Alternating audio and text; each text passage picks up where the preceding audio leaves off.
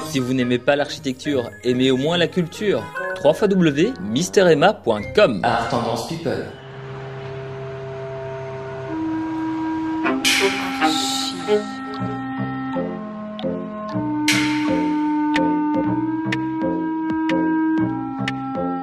Bonjour et bienvenue dans Archi Urbain, l'émission qui vous parle d'architecture et d'urbanisme à Bruxelles. Je suis chaussée de la Hulpe au numéro 120 dans un bâtiment exemplaire bruxellois qui s'appelle le Solaris. Mais je ne suis pas venu expressément pour ce bâtiment et pourtant nous allons quand même faire une visite guidée de ce bâtiment en compagnie de Paul-Édouard Aubry. Tu es Investment Manager chez Fidensia Real Estate. Est-ce que tu peux déjà m'expliquer qui est Fidensia et qu'est-ce que ça veut dire Investment Manager? Alors Fidensia est une société qui est un gestionnaire et investisseur immobilier. Oui. Et donc on gère et on investit pour compte de tiers qui nous confient leurs capitaux. D'accord. Voilà. Alors le Solaris est un exemple d'investissement que Fidensia a réalisé, Oui. parce que dans les branches d'investissement de Fidensia, il y a un fonds qui s'appelle Fidensia Green Buildings, Oui. et qui investit exclusivement dans les immeubles certifiés verts comme le Solaris, puisque le Solaris est le premier immeuble à Bruxelles qui a obtenu la certification Validéo, donc qui est une certification établie par des tiers et qui va au-delà de ce qu'on demande d'un point de vue légal. C'est ça. Alors là, tu as déjà dit presque tout sur le bâtiment. J'ai dit au début qu'on est dans un bâtiment exemplaire, non pas spécialement pour son architecture, qui a été faite par quel bureau d'architecture? Assar. Le bureau Assar que l'on a vu, que j'étais voir l'année dernière, lors de la saison dernière, qui n'est pas très loin d'ici, hein, il est tout près. Qui était un peu plus loin sur la chaussée de la Hulpe. Alors, donc, Assar a construit ce bâtiment, un bâtiment qui est le tout premier bâtiment bruxellois à être vert. Ça veut dire quoi? Alors, ça veut dire quoi? Eh bien, quand on obtient une certification verte qui Oui. va au-delà de ce qui est légal, on ne regarde pas uniquement ce à quoi tout le monde pense, bien entendu, les performances énergétiques. On regarde également tout ce qui concerne le développement durable, depuis la construction jusqu'à l'exploitation de l'immeuble. C'est ça. Et donc, pendant la construction de l'immeuble, par exemple, on va faire vraiment attention à l'impact environnemental du chantier. Et puis, on va également faire en sorte que les occupants aient un confort d'utilisation certain. Donc, un maximum de lumière naturelle, un maximum de confort visuel, olfactif, il ne faut pas des mauvaises odeurs dans un bâtiment. Donc, c'est un ensemble de mesures. Et puis, last but not least, bien entendu, on travaille beaucoup sur les énergies. Ouais. Et ici, dans le Solaris, on l'a fait en ayant un design très performant. Donc, l'immeuble est très bien isolé. L'immeuble permet à la lumière naturelle de rentrer un maximum sur les plateaux. Mais également, on a utilisé des techniques qui sont tout à fait particulières pour diminuer la consommation en énergie. Alors on va aller voir ça en visitant le bâtiment. On est dans un premier atrium ici. Je te propose que l'on quitte ce premier atrium pour aller voir le deuxième atrium et peut-être de parler plus profondément alors. Et le mot n'est pas mal choisi, justement des techniques vertes, écologiques utilisées pour ce bâtiment.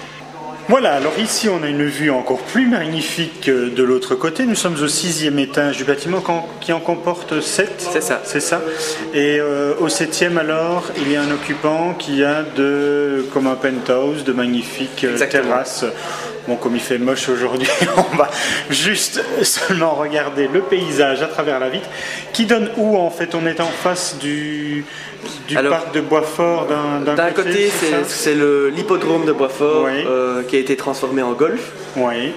Et de l'autre côté, c'est le parc qu'on appelle Solvesport, qui est un parc sportif destiné au personnel et au personnel retraité de l'entreprise Solvay.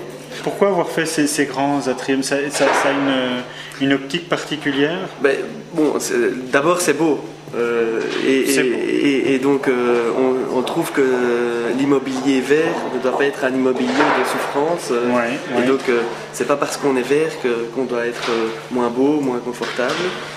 Mais ensuite ça permet à la lumière naturelle de vraiment pénétrer dans le bâtiment, et donc un maximum d'occupants de ce bâtiment peuvent avoir de la lumière de premier jour. Et justement, il y a une chose très importante, c'est que ce plafond, je vais dire plus haut que d'habitude, naturellement, nous sommes dans l'atrium, mais c'est comme ça dans les pièces également. Exactement, donc dans tous les plateaux, on a des plafonds qui sont plus hauts que le minimum requis ici à Bruxelles, et ça permet, bien entendu, à la lumière d'aller plus loin. D'accord. Alors on a dit, c'est un bâtiment vert, il a reçu un prix ou... Il a reçu plusieurs prix. Oui. Il a reçu au niveau belge le prix belge de l'énergie en 2009, d'accord, dans la catégorie bâtiment. Oui. Il a reçu au niveau international le MIPIM Award en 2010. Et le MIPIM, c'est le Festival de Cannes de l'immobilier. Donc c'est vraiment une reconnaissance internationale. On en est très fiers. D'accord. Alors, prix vert, on va parler des différentes choses qui sont vertes ici. L'isolation.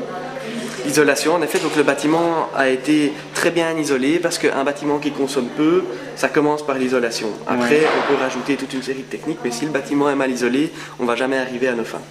Donc, le plus grand parc de panneaux photovoltaïques sur le toit? Alors, on a au total ici sur le bâtiment 800 mètres carrés de panneaux photovoltaïques, 300 sur la façade, 500 en toiture. Et au moment de l'installation et de la mise en service, il y a 1 an et demi environ, c'était la plus grande centrale photovoltaïque sur les 19 communes. Sur la façade, justement, on peut peut-être aller voir comment ça se représente sur les vitres. Très bien. Bon, allons-y. Tu sais ouvrir la porte? Tu as le passe? Parce qu'il y a des passes partout. Ah non, ça s'ouvre.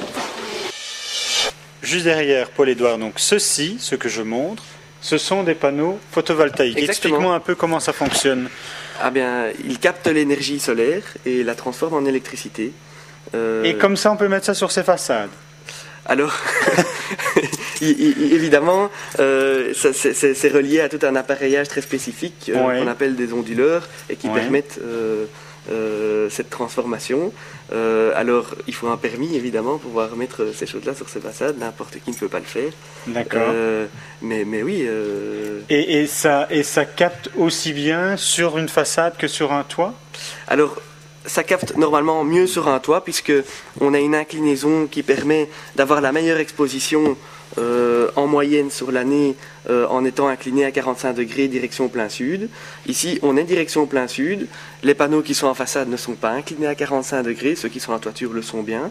Donc, sur la totalité de l'année, ils n'ont pas une productivité équivalente à celle des panneaux en toiture. Cependant, à la saison de l'année, à l'automne maintenant par exemple, quand il y a du soleil, pas comme aujourd'hui, ils produisent plus.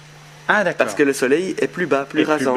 Et donc ça fonctionne dans ce que je vais appeler les entre-saisons.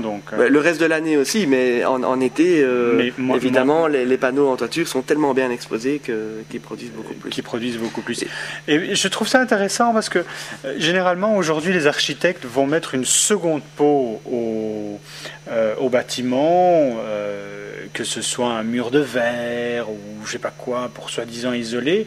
Et ici, on a cette seconde peau qui habille en fait totalement la façade. Ah oui, tout à fait. Ça a aussi une valeur sociétale. On veut montrer aux gens qui passent ici sur la chaussée de la Hulpe que ce bâtiment est un bâtiment vert. Et le but, c'est d'en entraîner d'autres et aussi de créer une demande pour ce type de bâtiment. Un autre point vert, c'est la géothermie. Alors là, on est, j'allais dire dans la science-fiction, pas vraiment, mais on est quand même très profond dans la technique. Et profond, je répète, ce n'est pas un mot choisi par hasard, puisqu'on va descendre jusqu'à presque 100 mètres en profondeur pour aller voir la nappe phréatique. Et donc, qu'est-ce qui se passe? Comment ça fonctionne? Eh bien, on a une température là-bas qui est constante, de 12 degrés toute l'année. Oui. Et ça nous permet, pendant l'été, de ramener de la fraîcheur. Et pendant l'hiver, au contraire, d'aller rechercher de la chaleur qu'on a rendue au sol pendant l'été. Et donc, ça nous permet, pour le système d'air conditionné qui est présent dans l'immeuble, chaque fois de repartir à des températures qui sont déjà ramenées à un niveau soit supérieur, soit inférieur en fonction des cas. D'accord. Tu as dit qu'il a reçu également le premier certificat de... Validéo. Validéo. Et c'est quoi Validéo? Alors Validéo, c'est un certificat vert, donc qui permet de certifier les bâtiments sur 16 critères et de leur donner un label. En fait, c'est un label vert qui prouve que depuis leur conception jusqu'à leur exploitation, ce sont des bâtiments qui sont exploités en conscience des problématiques actuelles environnementales. Il y a la gestion du chantier, par exemple, il y a la lumière naturelle, il y a l'exploitation, il faut qu'il y ait un règlement d'ordre intérieur qui fait que tous les occupants ensemble gèrent le bâtiment de manière durable. Ça, je trouve que c'est très important parce que généralement, un architecte va concevoir son bâtiment vert en se disant « Ah oui, alors il faut appuyer tel bouton, il faut ceci, il faut cela, il faut que les lumières... » Et à l'arrivée, les occupants ne le font pas. Ça veut dire que s'ils ne le font pas, on peut perdre le certificat. On ne perd pas le certificat. Ce qu'on fait, c'est qu'au moment où on reçoit le certificat, on met sur pied le règlement d'ordre intérieur, mais qui va s'appliquer pour tous les occupants. Et donc aujourd'hui, ce que nous on fait avec ce règlement d'ordre intérieur, on a des réunions périodiques avec les occupants qui permettent de régler les problèmes au niveau des déchets, mais également au niveau des énergies. Et on décide ensemble, tiens, ce trimestre-ci, on va essayer telle technique qui va nous permettre de réduire la consommation, par exemple électrique, dans les communs. Et donc on expérimente ensemble et on fait vivre le bâtiment ensemble. C'est un processus pour économiser de l'énergie. Alors, si je me tourne un peu, on voit un beau grand plateau vide parce que tout le bâtiment n'est pas encore occupé. Ah non, tout le bâtiment n'est pas occupé. Mais il est occupé par un bureau d'avocat qui s'appelle Nota d'Utile, avec qui j'ai rendez-vous. Donc, si tu le permets, on va se quitter ici. Si tu as d'autres bâtiments exemplaires ou autres que tu voudrais me montrer, n'hésite pas à m'appeler. On pourra retrouver cette émission sur www.archiurbain.be pour la voir et la revoir. Merci Paul-Édouard. Je te quitte pour aller voir François Fulkens du bureau Nota d'Utile pour parler avocat. Merci Emma. Rendez-vous la semaine prochaine, même endroit, même heure, même chaîne, mais également même bâtiment, au Solaris pour découvrir la suite de ce bâtiment extraordinaire en compagnie de Mister Emma et d'un nouvel invité. Si vous n'aimez pas l'architecture, aimez au moins la culture. www.misteremma.com. Art Tendance People.